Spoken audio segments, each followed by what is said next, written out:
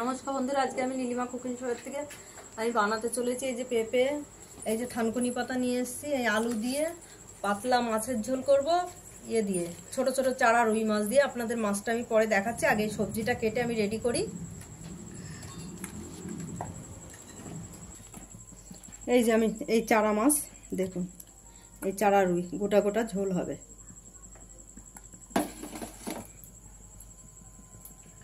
বসিয়ে দিয়েছি কড়াই, তেল দিয়ে দিয়েছি।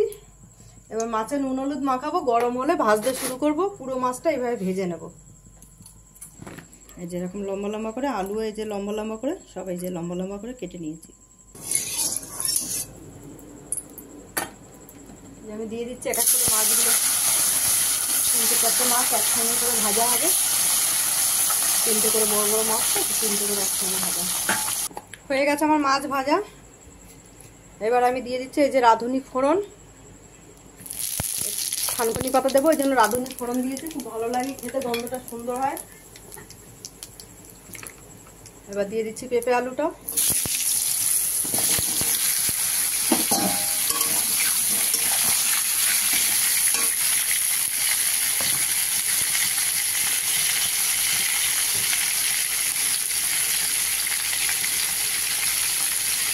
দিয়ে দিচ্ছি আদা বাটা পরিমাণ মতন, 1 চামচ ভর্তি দিলাম না, একটু খালি আছে।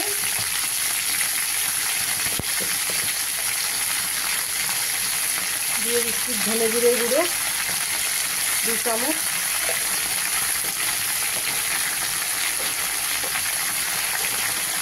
দিয়ে দেবো পরিমাণ মতন নুন,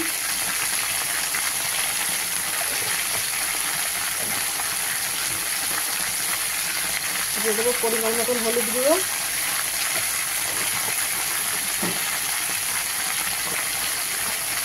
সঙ্গে দেবো আজকে আমি কাঁচা লঙ্কা বাটা, কাটা নয় বাটা দেবো।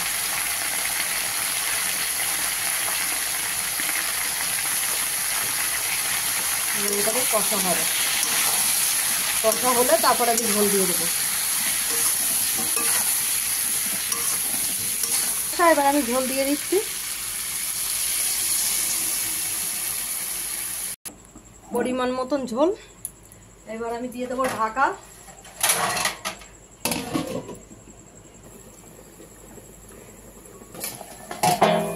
এবার আমি দিয়ে দেবো মাছটা, থানকুনি পাতাটা। আগে মাছটা দিয়ে দিচ্ছি এক এক করে।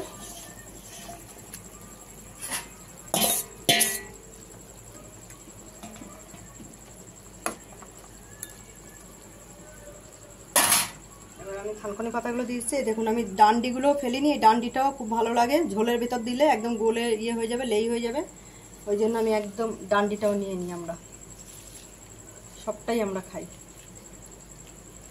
খুব ভালো লাগে।